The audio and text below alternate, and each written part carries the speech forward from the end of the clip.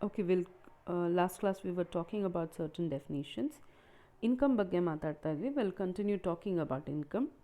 Income ನಾನು ನಿಮಗೆ last ಟೈಮೇ ಹೇಳಿದ ಹಾಗೆ it's a periodical monetary return which comes from a definite source. ಎಲ್ಲಿಂದ ಸೋರ್ಸಿಂದ, ಯಾವ ರೀತಿಯ source, business, land, work, investment, ಇವು ಯಾವಗಳ ಮೂಲಕನಾದರೂ ಮಾನಿಟರಿ ರಿಟರ್ನ್ ಬಂದರೆ ಅವನ್ನು ನಾವು ಇನ್ಕಮ್ ಅಂತ ಕರಿತೀವಿ.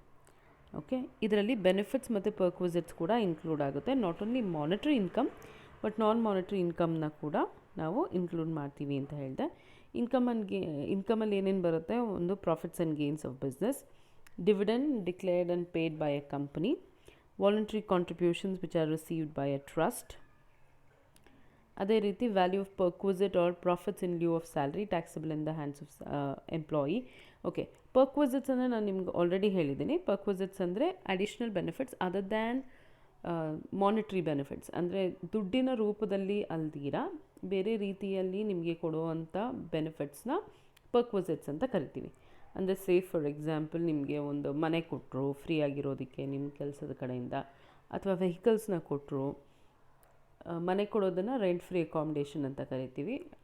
ಅದೇ ರೀತಿ ವೆಹಿಕಲ್ಸ್ ಕೊಡಬಹುದು, ಅಥವಾ ನಿಮಗೆ ಲ್ಯಾಪ್ಟಾಪ್ಸ್ ಕೊಡಬಹುದು.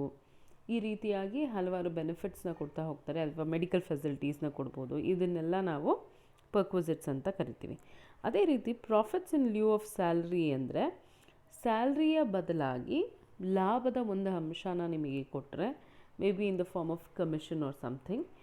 ಸಂಬಳದ ಬದಲಾಗಿ ಕಮಿಷನ್ನ ಕೊಡ್ತಾರೆ. ಕೆಲವು ಕಡೆ ನಿಮಗೆ ಸೇಲ್ಸ್ ಮ್ಯಾನೇಜರ್ಗಳಿಗೆಲ್ಲ ನೋಡಿರ್ತೀರ ನೀವು, ಸಂಬಳ will be a fixed amount and the rest of the amount will be 20% of profits that they make. ಅವ್ರು ಸೇಲ್ಸ್ ಎಷ್ಟು ಮಾಡಿರ್ತಾರೋ ಅದ್ರ ಮೇಲೆ 1%, ಅಥವಾ ಪ್ರಾಫಿಟ್ ಎಷ್ಟು ಮಾಡಿರ್ತಾರೋ ಅದ್ರ ಮೇಲೆ 1% ಕೊಡ್ತಾರೆ. That is known as profit in lieu of salary. That is also included in the tax, that's also included in the term income of a assessee.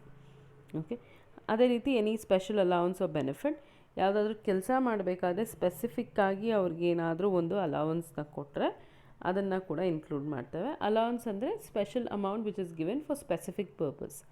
ಯಾವುದಾದ್ರೂ ಒಂದು ಪರ್ಟಿಕ್ಯುಲರ್ ಕೆಲಸ ಮಾಡೋದಕ್ಕೋಸ್ಕರ ಕೊಡುವಂಥ ಅಮೌಂಟ್ನ ನಾವು ಅಲೌನ್ಸ್ ಅಂತ ಕರಿತೀವಿ. ಇದರಲ್ಲಿ ಡಿಫ್ರೆಂಟ್ ಟೈಪ್ಸ್ ಆಫ್ ಅಲೌನ್ಸ್ ಬರುತ್ತೆ, ಅದನ್ನು ನೀವು ನಿಧಾನಕ್ಕೂ ನೋಡೋಣಂತೆ. As of now just understand allowances are also benefits. Even value of any other benefit or immunity whether convertible in to money or not, ಇವೆಲ್ಲನೂ ಕೂಡ ನಾವು ಇನ್ಕಮ್ ಅಂತಲೇ ಕರಿತೀವಿ.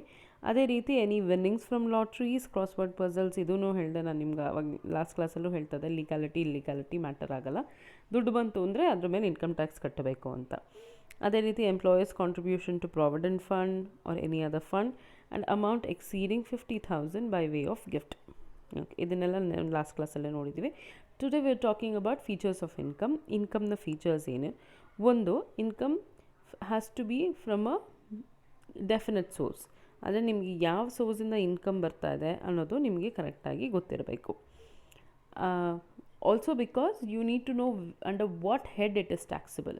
ಇನ್ಕಮ್ ಟ್ಯಾಕ್ಸ್ನ 5 ಹೆಡ್ ಕೆಳಗಡೆ ನಾವು ಚಾರ್ಜ್ ಮಾಡ್ತೀವಿ, ಕ್ಯಾಲ್ಕುಲೇಟ್ ಮಾಡ್ತೀವಿ.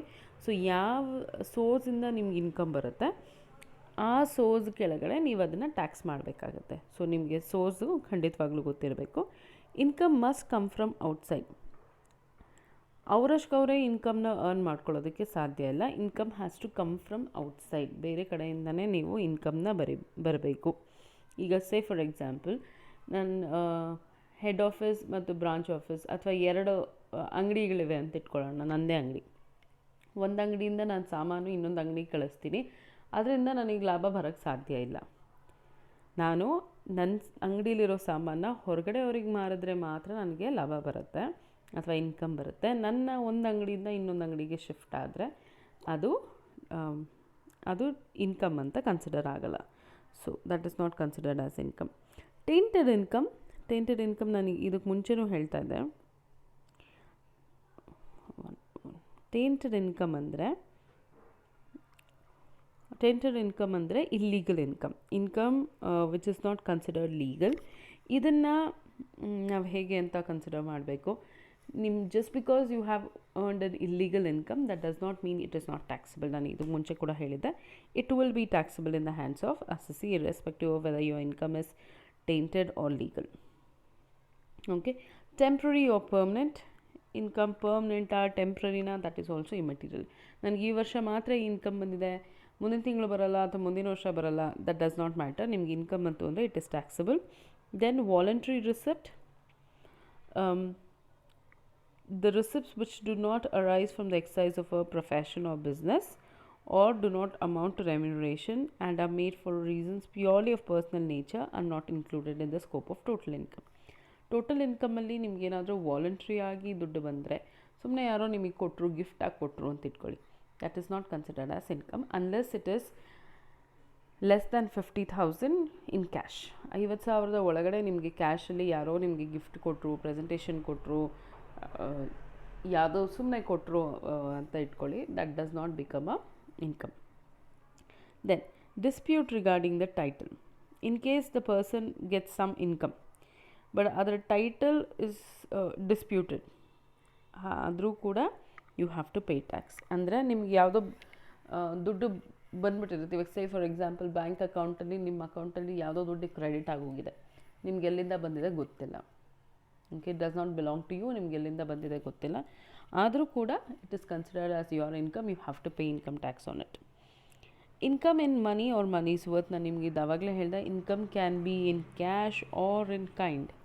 Income need not always be in cash, income ಕೈಂಡಲ್ಲಿ ಕೂಡ ಇರ್ಬೋದು. ನಿಮಗೆ ಯಾವುದೋ ಸರ್ವಿಸು ಅಥವಾ ಯಾವುದೋ ಒಂದು ಫೆಸಿಲಿಟಿ, ಈ ರೀತಿಯಾಗಿ ಕೂಡ ನಿಮಗೆ ಇನ್ಕಮ್ ಬರಬಹುದು. And it is taxable. Okay, tax treatment of income. ಇನ್ಕಮ್ನ ಯಾವ ರೀತಿಯಾಗಿ ಟ್ರೀಟ್ ಮಾಡ್ತೀವಿ? ಇನ್ಕಮ್ನ ಟ್ಯಾಕ್ಸ್ ಪರ್ಪಸ್ಗೆ 3 ಕ್ಯಾಟಗರಿಯಾಗಿ ನಾವು ಕರಿತೀವಿ. ಒಂದು taxable income.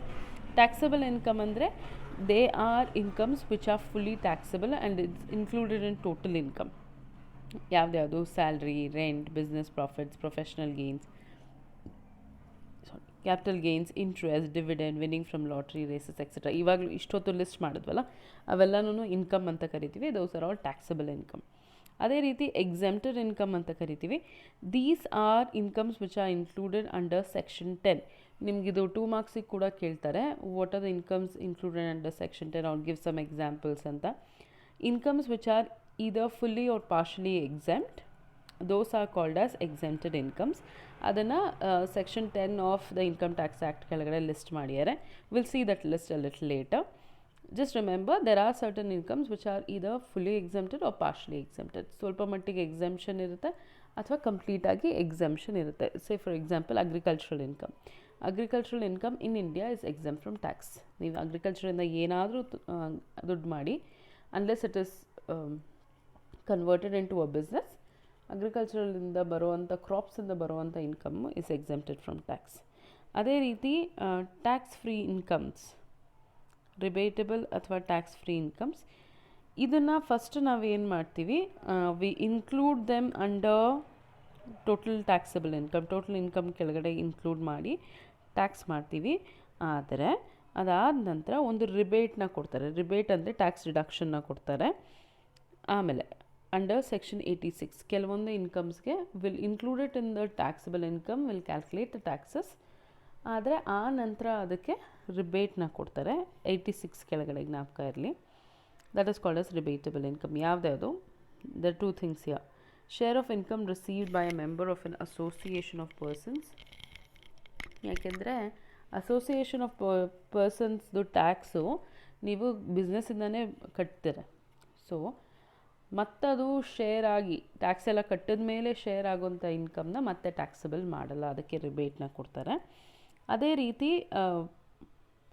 Partner of a firm who is been assessed as an association of person, ಇದಕ್ಕೂ ಕೂಡ ನಾವೇನಾದ್ರು ಟ್ಯಾಕ್ಸ್ ಕಟ್ಟಿದರೆ ಅದು ಕೂಡ ಅಪ್ಲೈ ಆಗೋದಿಲ್ಲ.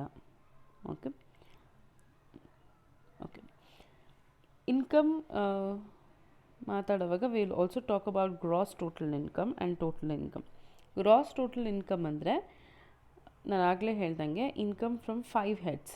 ಇನ್ಕಮ್ ಟ್ಯಾಕ್ಸ್ನ ಇಂಡಿಯಾದಲ್ಲಿ ಕಂಪ್ಯೂಟ್ ಮಾಡೋದು 5 ಹೆಡ್ಡಿಂಗ್ ಕೆಳಗಡೆ. ಚೆನ್ನಾಗಿ ಜ್ಞಾಪಕ ಇಟ್ಕೊಳ್ಳಿ, 5 ಹೆಡ್ಡಿಂಗ್ ಕೆಳಗಡೆ ನಿಮಗೆ ಗೊತ್ತಿರಬೇಕು. Income from salary, income from house property, profits and gains of business and profession, capital gains, other sources.